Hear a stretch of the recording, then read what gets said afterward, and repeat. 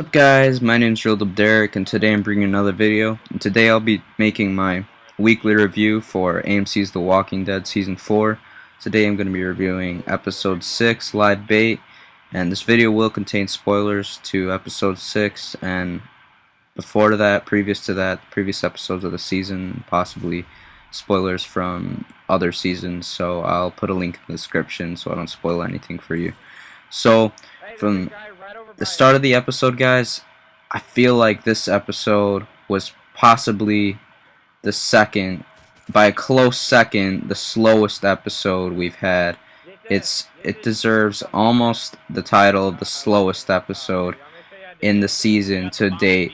I mean, the only episode that comes just a little bit slower, that goes a little bit slower, is Action Sequence, the episode where you have Tyrese in the group, I believe, at the prison, and Carol gets disbanded by Rick's group because Rick doesn't want to have tension in between the group and having a debate whether it was right, whether Carol burned the bodies and such like that. Karen, who was Tyrese's girlfriend, and David, another group member.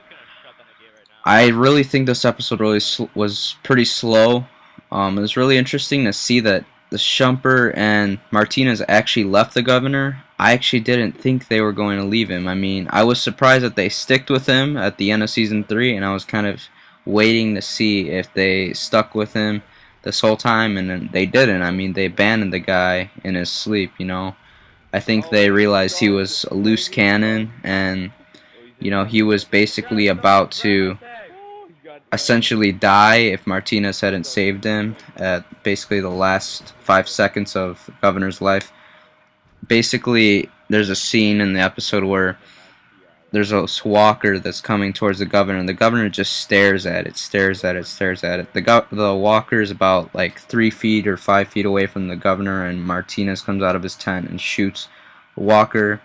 And then basically the governor wakes up the next morning with Shumpert and Martinez gone. You know, they kind of were like, don't tell him that we're leaving, you know. And then the governor gets ticked, so he goes back to Woodbury and basically destroys everything that he's worked so hard for. He burns buildings and such. Look at this ninja defuse. It's hilarious, guys. This is amazing. Little 4v4 and some team tactical. Ninja defused. Back to the episode. It was just so interesting to see him get rid of everything, just literally everything that he worked so hard for. It was insane. I mean, I did not see that coming around, but it makes sense because, you know, it shows us that he wanted to get rid of everything he worked for because, you know, Rick possibly had the idea of going to Woodbury and possibly setting up camp there, and I mean, that's totally a possibility, so it kind of makes sense why he did that. It was a cool sequence. I think it could have been like a few seconds longer, personally, because I love seeing the governor in his little persona where he's like, you know what, screw the world, I'm just gonna watch my own town burn into ashes. It was kind of cool. It's kind of sadistic, but it's kind of cool.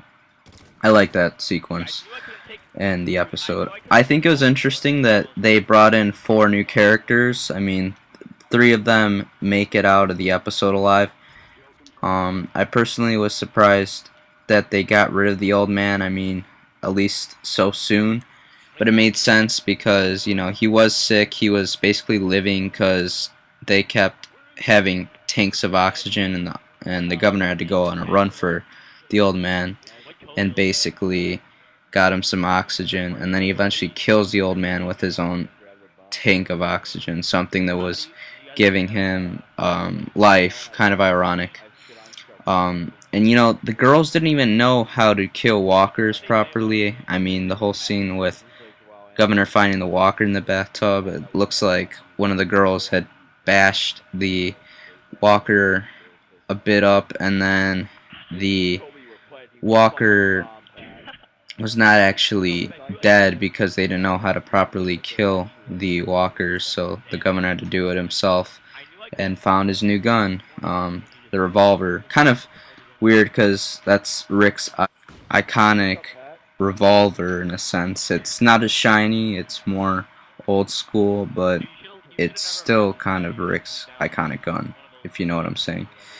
And I think the governor had a decent amount of character development this episode.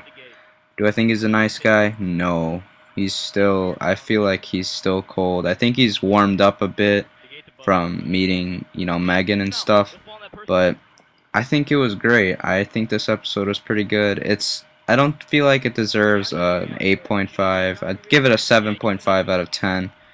But that's it for my review, guys. I'll be doing a predictions video for next week's episode, episode 7, Dead Weight, later this week. So please be sure to check that out when it comes out in a few days. So if you guys enjoyed the video, please be sure to like and subscribe like always, and I will talk to you guys later. Peace.